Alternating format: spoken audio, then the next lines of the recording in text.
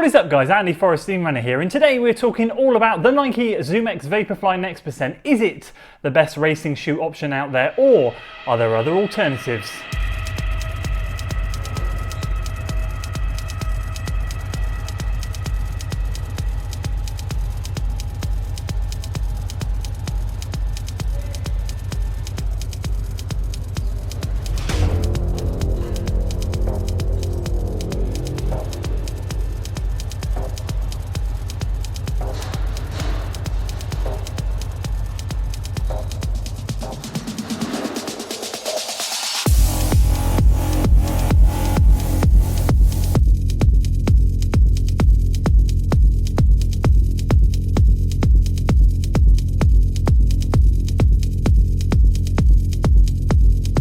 So welcome back to another video, and today we're diving into a topic which I've withheld from making a video about since my half marathon time trial back a few months ago now. The Nike ZoomX Vaporfly Next Percent, is it the best racing shoe out there on the market, or are there better alternatives? Well, if you guys have been watching for a while, you'll know that I absolutely love the Saucony Endorphin Pro, and in the beginning when I tested both of these shoes, I stated very clearly that the Saucony Endorphin Pro for me was going to be my go-to 5k, 10k and half marathon shoe, and I would probably use this thing in a marathon. But has my mind changed, and now having raced and put 90 miles in this thing and 86 in the Endorphin Pro, doing a variety of distances across the board in both shoes, would I want to choose another shoe over this thing now? So if you're excited for today's video guys, make sure you give it a like, share it with your friends, subscribe to the channel for weekly running content, and we'll start with a discussion.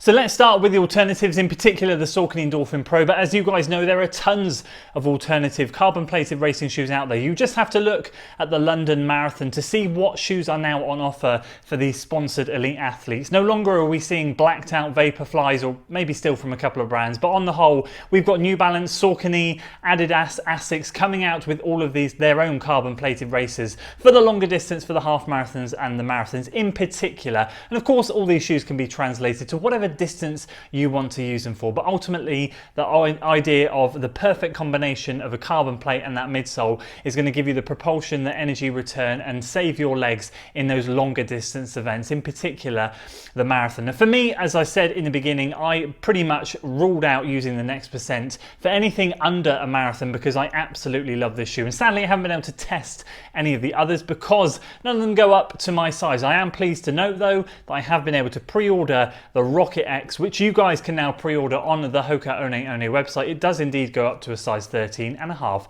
that'll be a nice change to have another super shoe to test, as I like to call them. But in terms of the alternatives, I have to say, having now put in a multitude of miles, tests, terrains, everything in the Next Percent and my Endorphin Pro, I got to be honest with you, I have now changed my mind. There is one statement that I want to stick by, and that is that this is still my favorite shoe out of the two to run in by feel. I love the way this shoe fits. For me, it fits better than the Next Percent. For me, it fits like an absolute dream, and I feel like I prefer racing in this shoe. When I did the Seven Bridge 10k back in August, I chose this shoe over the Next Percent, and I have absolutely no regrets. I loved running this shoe, and we ran at 34:38 or whatever the exact time was at the time, and I loved it. I would not have faulted it, but I did deep down wonder what the Next Percent could have done if I was wearing that thing. And now having run a time trial half marathon, hence why it's taken me so long to make this video,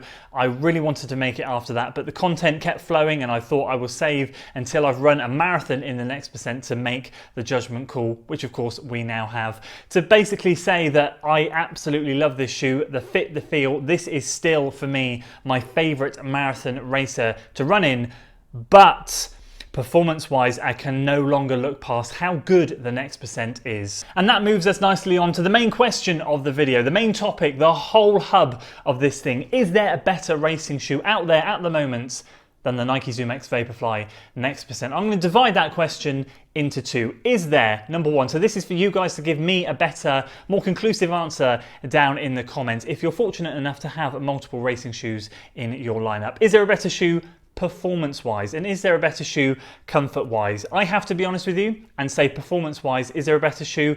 I just don't think so. I've got to be honest with you, I know I haven't tried a lot of the other shoes, but I think from what I can see, the closest matches to the Next Percent are the Saucony Endorphin Pro and the Adidas Oh, Adidas Adios Adizero Pro. I don't know what the full name of that shoe is. I can't test it. I'm bitter with Adidas for not making my size, so we'll leave that there. But we know that shoe has come to fruition in particular and really become fruitful for the Adidas athletes. In the World Half Marathon Champs, in the London Marathon recently, that shoe is really starting to make people sit up and take note. And it's also great to see what that Asics prototype is, which I think we might see at some point next year, hopefully. Who knows? We'll have to find out and wait for more information on that shoe. But those are the three I think really that are up in the realm on their own. I'm under no illusion that the Rocket X I'm going to be getting and testing probably won't match up performance wise to this shoe, but that will come down to the second part of the question, which is the best racing shoe comfort wise, and that leads me on to saying my answer for that is it is completely down to personal choice, and that goes back to the first part of my answer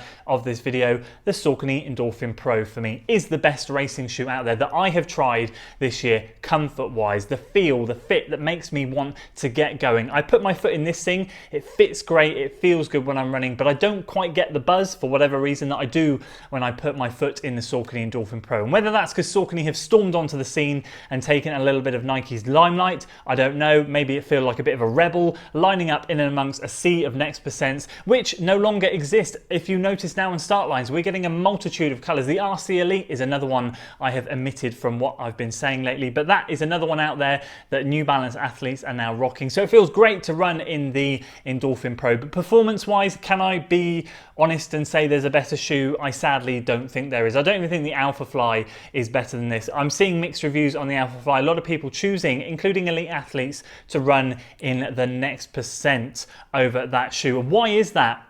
Well, as we know, these carbon-plated shoes are put together with magic. No, they're not really. They're put together with a combination of the midsole foam and the carbon plate. It's not one of those things. It's not one or the other, it's both combined. It's the magic of the plate and the foam that makes the shoe work. Hence why the Endorphin Pro is one of the closest matches to the Next Percent, because it does indeed use a Pebax foam along with the carbon plate, just like the Next Percent. But other brands are not using Pebax foams, and that Pebax material has been proven to be the most successful, the foam that provides the most energy return and is the most energy efficient for running shoes out there. So we all know that those two really are a head and shoulders above the rest, but are we going to be seeing other ones creeping up? Yes, we are. At the moment though, if I'm completely honest with you, is there a better shoe out there? I just don't think there is. So I had to get this video discussion topic off my chest because of course I made that bold statement back in the year about this shoe, and as I said, I stand by it on part 2 of my question. This is for me the best, comfiest, most enjoyable racing shoe to run in. I love it. It is absolutely fantastic, and Saucony for me have done absolute wonders with the shoe. But performance wise, I have to backtrack, ladies and gentlemen. I'm sorry, I have to be honest and say that after doing multiple tests in multiple races, the Next Percent has to be now my go-to choice of shoe in terms of an A-goal performance race. Anything from 5K up to the marathon, I would probably now choose the Next Percent. If it was a B goal or a race that I was looking to tune up, I'd 100% mix it up. I'm obviously going to do my best to get you guys some feedback on the other racing shoes, testing them in racing environments. And of course, you better believe the Rocket X will be tested out at some point as well, just like we've tested this shoe in multiple races and time trials so far this year as well. But in terms of performance, we cannot look any further. Well, I cannot look any further than the Next Percent, which slightly frustrates me, but it's great to see all the other competition coming up close, and I'm hoping that in 2, 3, 4 years time we're going to see shoes that match, if not exceed, what Nike can produce. But of course, let me know in the comments below what your thoughts on this topic are. It's hotly debated, so many shoe options out there now. More affordable ones, of course, this is still the most expensive by the Alphafly premium price shoe. I'd love to know what you guys prefer racing in, performance-wise and comfort-wise, if you're fortunate enough to have a choice. So that's it for today's video, guys. I hope you enjoyed it. If you did, please make sure you give it a like, share it with your friends, subscribe to the channel for weekly running content, and as always, I'll see you on the next one. Until then.